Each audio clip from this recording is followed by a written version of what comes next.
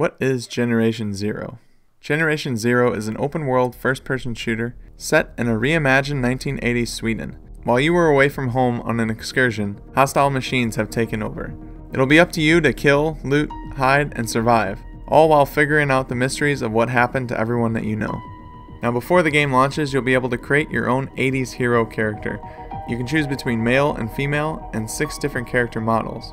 There's also a number of different clothing styles to choose from, each with a second style option of its own. It's important to note that your choice here isn't permanent and doesn't matter all that much because you'll be able to find cosmetic items in the world while looting, which will change your appearance. This is also a first-person game, so the look of your character really doesn't matter that much, unless you're playing in co-op, that is.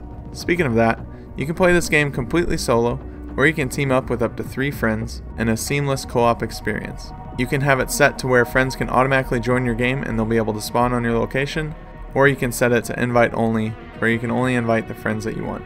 After starting the game, it won't be long until you encounter your first machine, and you'll quickly find out just how agile and durable they are. Throughout the game, there's 4 different types of machines, each with their own battle tactics and strategies to use against them.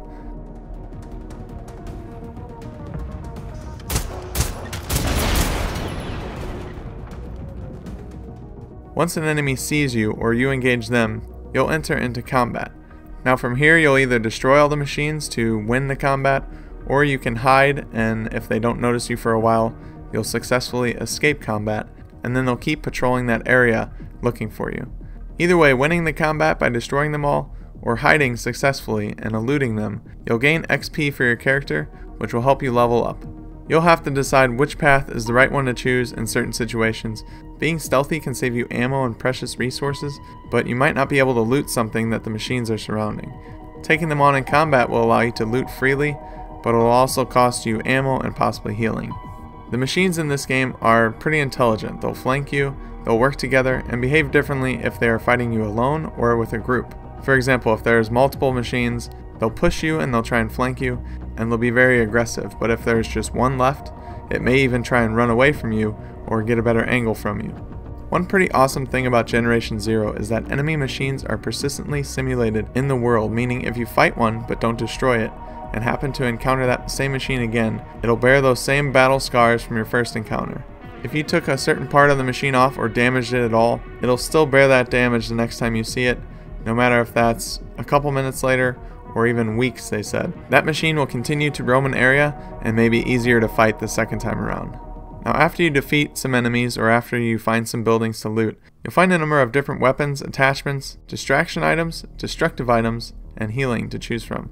From pistols, shotguns, SMGs, ARs, and snipers, to grenades, fireworks, propane tanks, and flares, you'll be able to use your inventory wisely to give yourself the best chance in any situation. If you're overwhelmed by enemies, you can throw out a firework to get their attention off of you. You can also use a flare for this, and what that'll do is it'll draw all their fire towards that flare, and it will confuse them and give you enough time to either get away and heal, or take them on while they're distracted.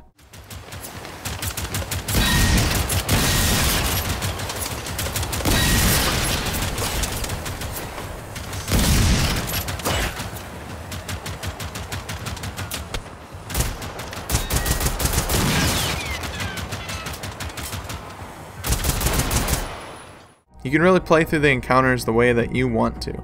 You can go in guns a-blazing, or you can use your inventory and your environment to take a more strategic approach. As you complete tasks, defeat enemies, and progress the story, you'll gain XP, and when you gain that XP, you'll eventually level up to a new level. With each level up, you'll receive some skill points that you can spend on the skill trees. There are 4 trees in the game: combat, support, survival, and tech. And each of those probably does exactly what you expect them to do, but there are a number of different skills that you can choose from as you progress down the skill trees. All the skills that you unlock will improve your stats and make sure you're more prepared to take on the machine invasion. You might choose different things depending on if you're playing with friends or if you're not, as some of these skills are more geared toward the co-op experience. Obviously, since this is a beta, this might be subject to change. These skill trees might not look exactly this way as the game progresses and as it goes to full release, but so far it looks like we have a lot of options on how to customize and mold our character. And like I said before, most cosmetic items in this game are purely cosmetic. They'll only change the appearance of your character, but some cosmetic items you find in the wild will have stats attached to them. For example, I found a gas mask which gave me resistance to gas. This also made it harder to see, so there's a bit of a trade-off here. I'm sure there's going to be more items like this in the game as it progresses. I just didn't find any other item in the game that had this kind of stat to it, but it looks like we're going to have a lot of options to customize our character. The map in Generation 0 is fairly large. Now during the beta I was only able to traverse a certain portion of it, but you can just look at the map and see how much you'll be able to explore. You can fast travel to points that you've previously visited, but exploring everything on foot is always an option. If you die during combat, you'll be forced to spawn at a location that you've already discovered, so make sure to discover as many places as possible just in case you die in a fight. While traveling around the world, you'll be sure to notice the dynamic weather and the day-night cycles that take place in this game as well. This gives the world a feeling of realism and immerses you into the setting even more. As you explore and find different towns and different settlements, you'll find missions via notes left by other survivors and clues as to why they've disappeared. Completing the missions grants you a good amount of XP and progresses the story for yourself. Finding these different items and finding these different missions will also make you explore the world even more, as it will force you to go to new locations on the map.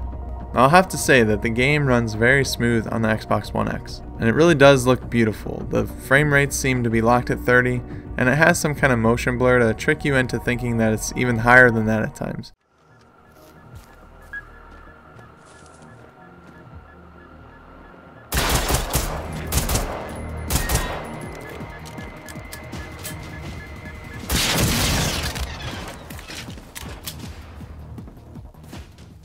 Now, I'm in no way Digital Foundry, and I'm not qualified as far as the graphics and how everything works and everything that's included in the game, but you can definitely see stuff like God rays and other graphical enhancements that are present in the game. So it makes it a nice game to look at, even on console, so I can only imagine what it's going to look like on PC. Last but not least, I'd like to mention the music.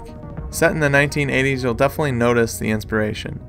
In fact, the music you're hearing in the background of the video is from the game's title screen. During gameplay, the music goes in and out depending on the situation you find yourself in, and it's also used as an audio cue to tell you if you've entered combat. I guess you could say a more recent comparison of what the music is like is it kind of relates to Stranger Things, but you'll definitely hear some Terminator vibes in there as well. A sure highlight of my experience with the beta was the soundtrack in the game. Generation 0 is a game that looks to constantly challenge you with new situations while guiding you through the story of what exactly happened.